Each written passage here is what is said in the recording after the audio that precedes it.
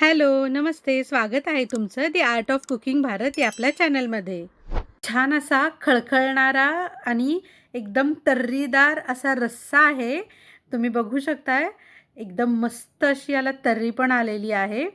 तर तुम्ही ओळखलंच असेल की काय आहे हे आणि कशाचा रस्सा आहे हा. तर हा आहे आपला मस्त असा आणि एकदम टेम्प्टिंग असा मटणाचा तांबडा रस्सा.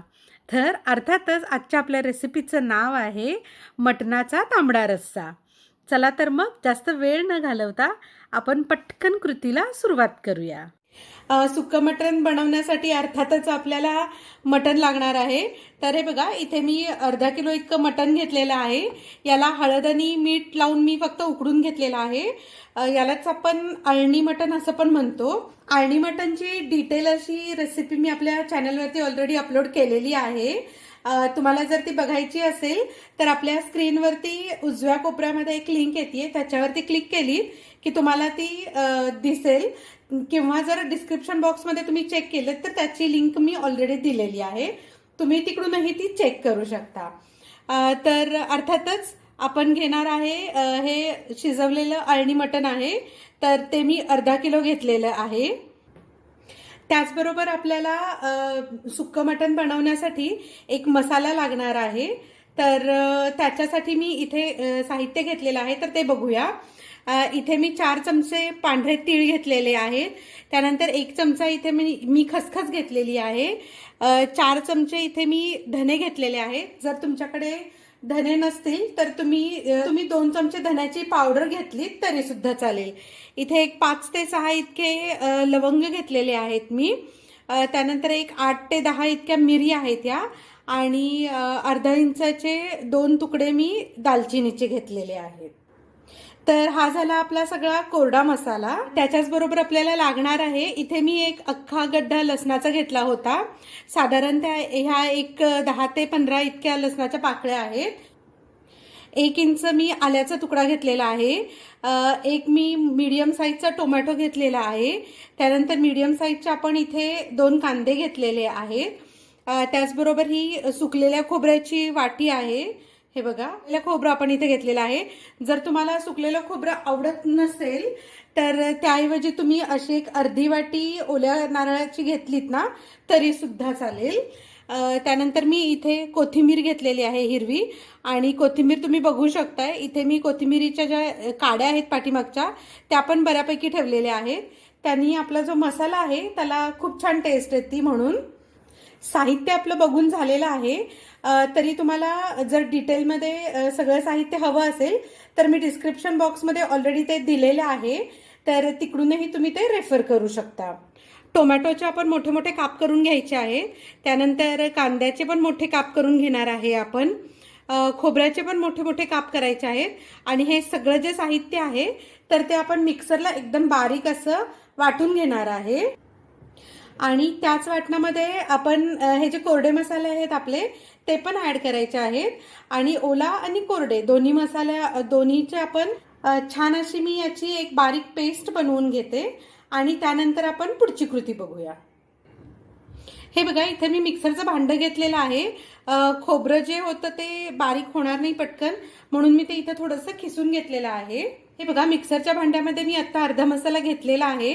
याला आधी बारीक करणार आहे, आणि मग याच्यातच मी टोमॅटो, कांदा, त्यानंतर राहिलेलं खोबरं आणि कोथिंबीर असं घालून एक पेस्ट बनवून घेणार आहे. पेस्ट आपली तयार आहे. साधारणतः आपल्याला ही अशी जाड पेस्ट बनवून घ्यायची आहे. इथे 2 टेबलस्पून इतकं तेल जे आहे ते गरम करायला ठेवलेलं आहे. नॉनव्हेज आहे त्यामुळे इथे थोडंसं तेलाचं प्रमाण आपलं जास्त आहे. तुम्ही जर कमी तेलकट खात असाल तर थोडंसं तेल कमी केलं तरी सुद्धा चालेल.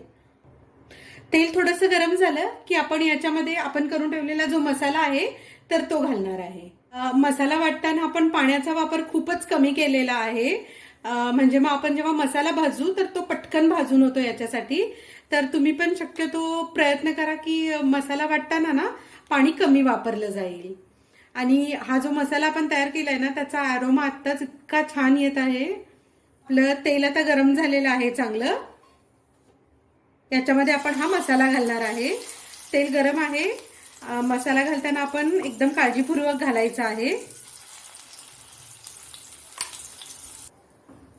मसाला आपला घालून झालेला आहे.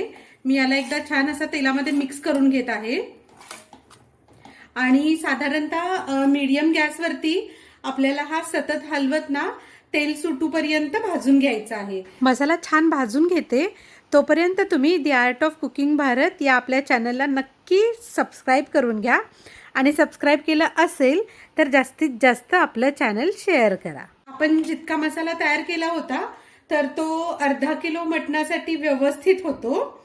तुम्हाला जर जास्त वाटत असेल तर थोडा काढून ठेवलात मसाला तरी सुद्धा चालेल. मसाला हा व्यवस्थित परतून झालेला आहे. इथे साईडनी तुम्हाला तेल सुटलेलं दिसत असेल.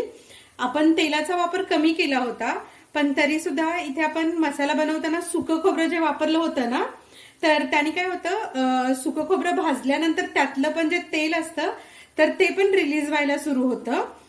त्यामुळे आपला जो मसाला आहे तो अजून जास्त ऑइली दिसत आहे.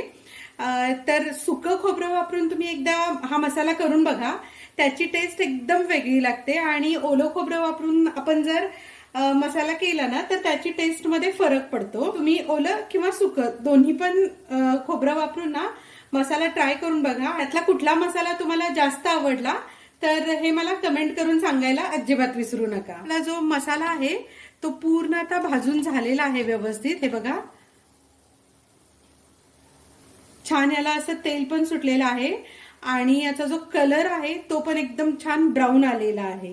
आपल्याला याच्यामध्ये थोडंसं पाणी घालायची गरज लागेल तर ते पाणी आपण थंड पाण्याचा वापर अजिबात करायचा नाहीये. मिक्सरचं भांड होतं ज्यात मी मसाला वाटला होता तर त्यातच पाणी घालून घेतलेलं आहे आणि ते पाणी आपण उकळायला ठेवणार आहे. आणि हे उकळलेलं जे पाणी आहे तर ते आपण गरजेनुसार आपल्या मटणाच्या रस्स्यामध्ये आपण वापरणार आहे. या स्टेजलाच आपल्याला या मसाल्यामध्ये तिखट आहे तर ते घालायचं आहे. हे बघा इथे हे घरगुती लाल तिखट आहे. हा मी 1 चमचा इतका घालणार आहे आणि अजून एक अर्धा चमचा इतका घालत आहे. हा बऱ्यापैकी तिखट आहे. तुमच्याकडे जर हा मसाला नसेल तर तुम्ही काश्मीरी लाल पूड जी असती तर ती आणि थोडीशी जी देशी मिरचीची पूड असते ना तर ती घातलीत ना तरी सुद्धा चालेल. किंवा त्याच्याऐवजी तुम्ही फक्त काश्मीरी लाल मिरचीची पूड घाला आणि थोडासा 1 चमचाभर गरम मसाला घातलात ना तरी सुद्धा चालेल. तिन्ही ऑप्शन पैकी तुमच्याकडे जे अवेलेबल असेल तर तो तुम्ही वापरू शकता. हा मसाला पण आपण आता छान या तेलामध्ये 2 ते 3 मिनिट परतून घेणार आहे. म्हणजे आपण जो रस्सा बनवणार तर त्याला छान अशी लाल कलरची अशी तर्री जी सुटती ना तर ती आपल्या मसाल्यामुळेच सुटणार आहे. हे बघा मी लाल तिखट घातल्यानंतर परतून घेतलेला आहे छान याला. तर तुम्ही आत्ताच याचा कलर बघू शकता. मसाला छान परतलेला आहे. तर आता मी काय करणार आहे, हे जे मी मिक्सरच्या भांड्यातून काढून जे पाणी ठेवलं होतं गरम करायला तर ते छान उकळलेलं आहे. तर त्यातलं 2 ते 3 चमचे पाणी आपण आता या मसाल्यामध्ये घालायचं आहे आणि मसाला 2 मिनिट परतून घ्यायचा आहे. त्याला छान तेल सुटूपर्यंत आपण याला 1-2च मिनिट परतून घेणार आहे. बघा बघू शकताय तुम्ही आता हा किती छान दिसत आहे आणि यातलं जे तेल आहे तर ते पण रिलीज व्हायला सुरू झालेलं आहे. हे आणीतले जे मटणाचे जे पीस आहेत तर ते मी याच्यामध्ये ऍड केलेले आहे. तर आपण याला एकदा छानसं हलवून घेऊया. हे आपलं मटण जे आहे ते शिजलेलं आहे त्यामुळे आपण त्याला खूप जास्त हलवायचं नाहीये. फक्त एकदा मी हे जे मसाला आहे तर त्याच्याबरोबर मिक्स करून घेतलेला आहे. मटण आहे तर ते किती जास्त टेम्पटिंग दिसत आहे. साधारणतः आपल्याला 5 मिनिट याला लो फ्लेम वरती असंच ठेवायचं आहे. झाकायची गरज नाहीये याला. मसाल्यामधून सगळं तेल असं वरती आलेलं दिसत आहे आपल्याला. तर या स्टेजला मी थोडीशी कोथिंबीर घालतीये म्हणजे त्या कोथिंबीरीचा जो स्वाद आहे तर तो रश्श्यामध्ये एकदम व्यवस्थित उतरतो. आपण जे पाणी उकळत ठेवलं होतं ते पण व्यवस्थित गरम झालेलं आहे. तर आपल्याला याच्यामध्ये गरम पाणीच घालायचं आहे. म्हणजे मग हे आपला जो रस्सा लावलेला कट असतो ना तर तो बसत नाही. जर तुम्ही थंड पाणी घातलत ना तर आपला जो रस्स्याला आलेला कट आहे ना तर तो पूर्ण निघून जातो. तर शक्यतो गरम पाणीच घालायचं. तर याच्यामध्ये आता तुम्हाला जसा पातळ किंवा घट्ट रस्सा लागणार आहे तर त्याप्रमाणे तुम्ही याच्यामध्ये पाणी ऍड करायचं आहे. त्याचबरोबर जे आपण आळणीचं पाणी ठेवलं होतं, ज्याच्यामध्ये आपण मटण उकळलं होतं, तर ते पाणी पण मी यामध्ये घालणार आहे. आणि पण आपला जो रस्सा आहे तर त्याला एकदम छान टेस्ट येते. मला जशी कन्सिस्टन्सी हवी आहे तर त्याप्रमाणे तुम्ही पाणी कमी जास्त घालायचं आहे. पण शक्यतो तांबडा रस्सा जो असतो तर तो बऱ्यापैकी पातळ असतो, म्हणजे तो प्यायला यावा याच्यासाठी तो पातळ असतो. तर हे बघा, मी अशी कन्सिस्टन्सी ठेवलेली आहे याची साधारणतः. तुम्हाला जर याच्यापेक्षा थोडं घट्ट ठेवायचं असलं तर ठेवलं तरी सुद्धा चालेल, किंवा याच्यापेक्षा पातळ ठेवलं तरी पण चालेल. 5 मिनिट मी याला झाकण न ठेवता असंच मीडियम फ्लेमवरती एक उकळी येऊ देणार आहे. रश्श्याला उकळी येऊपर्यंत तुम्ही दी आर्ट ऑफ कुकिंग भारत या आपल्या चॅनलला पटकन सबस्क्राईब करून घ्या. हे बघा, आपला जो तांबडा रस्सा आहे तर त्याला छान अशी उकळी आलेली आहे. आणि तुम्ही बघू शकताय त्याच्यावरती हा जो हे बघा तर्री जी आली आहे ती पण एकदम मस्त आलेली आहे. आणि याचा जो ॲरोमा आहे ना तो पूर्ण घरभर इतका मस्त येत आहे. साधारणतः मी याची कन्सिस्टन्सी अशी ठेवलेली आहे, तुम्ही तुमच्या आवडीप्रमाणे ठेवू शकता. तर आपण आता हे याला उकळी आलेली आहे व्यवस्थित आणि तयार आहे आपला तांबडा रस्सा. तर मी सर्व करते. मस्त असा आपला झणझणीत तांबडा रस्सा तयार आहे. आणि बघू शकताय तुम्ही किती हा टेम्पटिंग दिसतोय आणि मस्त याच्यावरती तर्री पण आलेली आहे. तर तुम्हीही असाच तांबडा रस्सा नक्की घरी ट्राय करून बघा आणि माझ्या रेसिपीला नक्की फॉलो करा.